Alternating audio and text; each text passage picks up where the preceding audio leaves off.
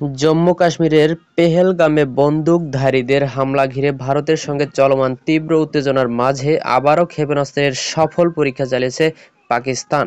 সোমবার ৫ মে পাকিস্তানের সামরিক বাহিনী ভূমি থেকে ভূমিতে আঘাত হানতে সক্ষম এই ক্ষেপণাস্ত্রের পরীক্ষা চালায় বলে এক প্রতিবেদনে জানিয়েছে পাকিস্তানি সংবাদ মাধ্যম দ্য ডন। সংবাদ মাধ্যমটি বলছে, পাকিস্তান সোমবার সফলভাবে ১২০ কিলোমিটার পাল্লার ফাত্তা সিরিজের ভূমি থেকে ভূমিতে নিক্ষেপযোগ্য ক্ষেপণাস্ত্রের প্রশিক্ষণমূলক উৎক্ষেপণ সম্পন্ন করেছে।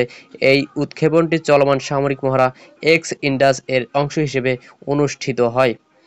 পাকিস্তানের সামরিক বাহিনীর মিডিয়া উইং আন্তঃবাহিনী জনসংযোগ পরিদপ্তর আইএসপিআর জানিয়েছে, এই উৎক্ষেপণের মূল উদ্দেশ্য ছিল সেনাবাহিনীর যুদ্ধ প্রস্তুতি নিশ্চিত করা এবং ক্ষেপণাস্ত্রটির উন্নত নেভিগেশন সিস্টেম ও নির্ভুল লক্ষ্যবস্তুতে আঘাত হানার সক্ষমতা সহ বিভিন্ন প্রযুক্তিগত বৈশিষ্ট্য যাচাই করা। দ্য ডন বলছে, পাকিস্তান সেনাবাহিনীর ঊর্ধ্বতন কর্মকর্তা, কৌশলগত সংস্থার বিজ্ঞানী ও প্রকৌশলীদের উপস্থিতিতে ক্ষেপণাস্ত্রটির উৎক্ষেপণ করা হয়।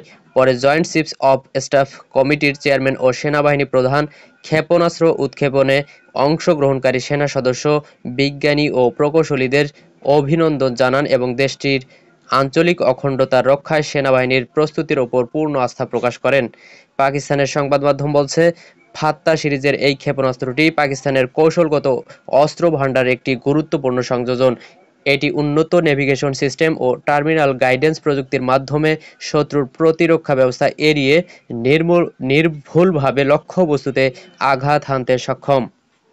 উল্লেখ্য, এর আগে পাকিস্তান ৪০০ কিলোমিটার পাল্লার ফাত্তাহ-২ ক্ষেপণাস্ত্রের সফল উৎক্ষেপণ সম্পন্ন করেছিল, যা বর্তমান সেনাবাহিনীর আর্টিলারি ইউনিটে অন্তর্ভুক্ত করা হয়েছে।